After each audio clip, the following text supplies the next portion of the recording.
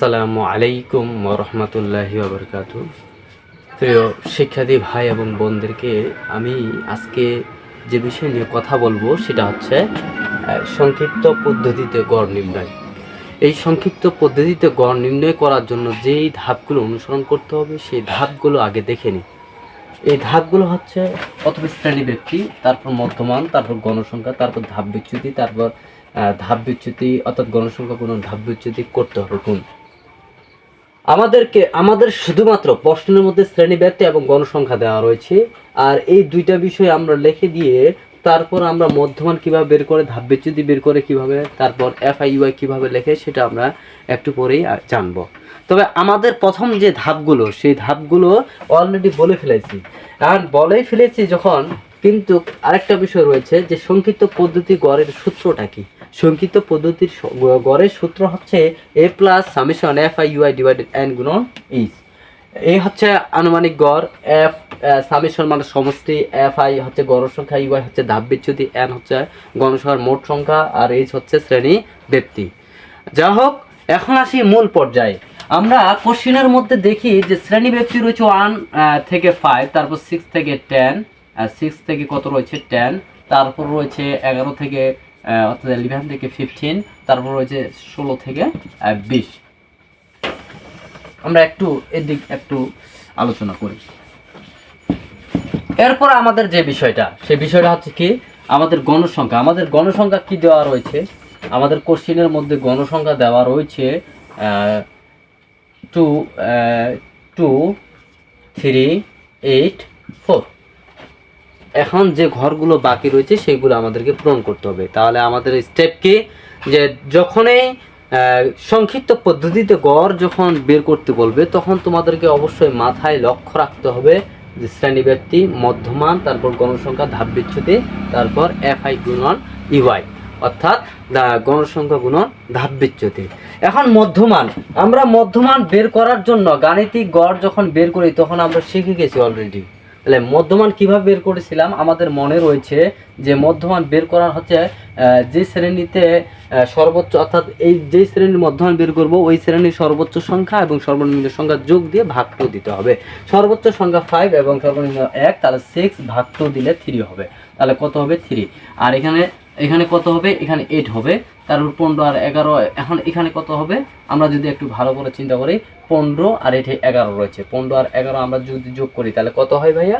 তাহলে এখানে 15 × 26, তাহলে হচ্ছে কত? 13। কত হবে? 13। আর 20 আর 16 অর্থাৎ এটি হবে কত? শুধুমাত্র 18। তাহলে অলরেডি হয়ে গেছে। তাহলে গণসংখ্যাটা যোগ করে দিতে হবে। গণসংখ্যা n সমান যোগ করে দিতে হবে। 8 4 12, 12 আর এটি 3 15, 15 2 17, 17। এখন ধাপ বিচ্যুতি বের করব কিভাবে ভাই? ধাপ বিচ্যুতির একটা সূত্র রয়েছে, UI সমান xi minus a divided h। xi minus a divided h ধাপ বিচ্যুতির। এখানে a বলতে কি বুঝে? এ হচ্ছে আনুমানিক গড়। তবে আনুমানিক গড় কোথা থেকে আসবে সেই বিষয়টা একটু লক্ষ্য করে দেখি। আমরা একটা মান নির্দিষ্ট করে ধরে রাখবো, দেখব গণসংখ্যার সর্বোচ্চ সংখ্যা কত আছে, 8। সর্বোচ্চ সংখ্যা কত রয়েছে? 8।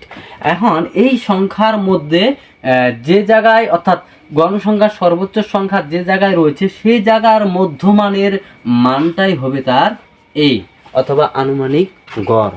আমার মনে হয় বুঝতে পেরেছো তোমরা। এখন দেখি তারপর কি করা যায়। আমরা এখানে a সমান 13 জানলাম। এখন xi বলতে বুঝি যে শ্রেণীতে আমি ধাপ বিচ্যুতি উল্লেখ করব সেই ধাপ বিচ্যুতির ওই শ্রেণীর মধ্যমানটাকে ধরব। আর h বলতে আমরা কি বুঝি? h বলতে আমরা শ্রেণী ব্যবধান বুঝি। দেখো 1 থেকে 5 কত শ্রেণী ব্যবধান? 1 2 3 4 5। মূলত কত রয়েছে? 5 রয়েছে। যদি রিপিট হইতো তাহলে সেই বিষয়টা ভিন্ন হতো, অর্থাৎ 4 আসতো, কিন্তু আমাদের রিপিট নাই। তারপর 6 থেকে 10, 6 7 8 9 10, অর্থাৎ আমাদের কত শ্রেণী ব্যক্তি কত রয়েছে? 5 রয়েছে। এখন দেখো আমাদের কাজ কি, তাহলে আমাদের ধাপ বিচ্যুতি কত হবে? তাহলে x এর মান কত আমরা জানি 3, এর মান জানি কত? আমাদের 13। আমাদের ব্যবধান কত রয়েছে ভাইয়া? আমাদের ব্যবধান রয়েছে 5। তাহলে 13 থেকে 3 চলে গেলে অর্থাৎ -10, আর 5 যদি ভাগ দিই -2 আসবে। কত আসবে? -2। এখন প্রশ্ন হচ্ছে দ্বিতীয় ঘরের জন্য দেখো তো 8 রয়েছে। তাহলে এখানে আমরা 8 মাইনাস কত হবে? 13 বলতে a, ডিভাইডেড কত হবে? 5। 8 থেকে 13 চলে গেলে কত হয় 5, তাহলে 5 এখানে মাইনাস হয়েছে, 5 5 কাটে দিলে -1 হয়। অনুরূপভাবে তখন যদি হিসাব করি তখন হবে 0, এরপরে হিসাবটা যদি করি তাহলে আসবে 1। তাহলে একটু বিষয় আমরা ক্লিয়ার হয়ে যাই।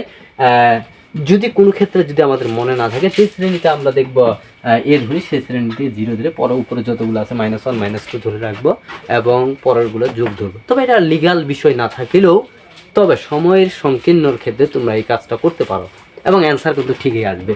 আচ্ছা, এরপরে আমাদের কাজ কি? এফআই আর ইউআই। এফআই ইউআই বলতে আমরা কি বুঝি? গণসংখ্যা গুণন ধাপ বিচ্যুতি। গণসংখ্যা গুণন ধাপ বিচ্যুতি বলতে এই 2 আর এই 2 গুণ হবে, অর্থাৎ 2 আর 2 গুণ করলে -4 হবে, 2 2 4 মাইনাস আছে। তারপর 3 আর 1 গুণ হলে -3, তাহলে 8 আর 0 গুণ করলে 0, 4 আর 1 গুণ করলে 4। এখন আমাদেরকে অবশ্যই এই জায়গায় সামিশন এফআই ইউআই যোগ করে দিতে হবে। আর এটা সমান সমান আমাদের অ্যান্সার কত আসবে একটু দেখো। 4 3 7 -7 আর 4 চলে গেলে কত হয়? 4 হয়, -4 হবে। কত হবে অ্যান্সার? -4। ও কত হচ্ছে? 4 আর 3 যোগ করিলে আমাদের 7 হয়। তাহলে 7 থেকে যদি 4 চলে যায় তাহলে 3 হবে। সরি, এটি কত হবে? -3, অর্থাৎ মাইনাসের সংখ্যাটা বেশি, তাই -3। এখন প্রশ্ন হচ্ছে কি লিখবো? এখানে তোমরা ডাটাগুলো লিখে দিবা। এ হচ্ছে 13, এ দেখো তো আমি 13 লিখেছি। তারপর এক্স, তারপর সামিশন এফআই ইউআই সমান সমান -3, আর এইচ সমান সমান হচ্ছে 5, আর এন সমান সমান তোমরা জানো কত? 17। কত হচ্ছে?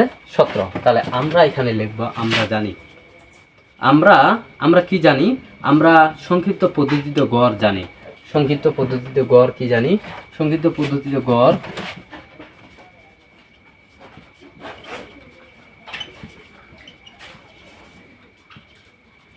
গড় সমান সমান A plus summation F I UI divided N গুণন এইচ। আমি এখন মানগুলো বসাবো। এখন এটা আমরা তো মানগুলো দেখে নিয়েছি, তা মানগুলো বসাবো কত? আমাদের এর মান ছিল কত? আমাদের মানগুলো কত ছিল? আমাদের মান এ সমান সমান আমরা পেয়েছিলাম কত? 13, প্লাস সামেশন এফ আই এর মান কত পেয়েছি? -3।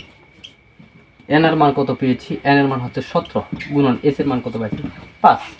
আচ্ছা, আমরা চাইলেই এটা সাইন্টিফিক ক্যালকুলেটরের মাধ্যমে একেবারে হিসাব করতে পারি, আর যদি না করো তাহলে কোনো সমস্যা নাই। তাহলে দেখো, তাহলে 13 প্লাস 5 3 3 5 15 -15 ডিভাইডেড কত? 17। এখন আমাদের কাজ কি? 15/17 যদি দিই তাহলে দেখো,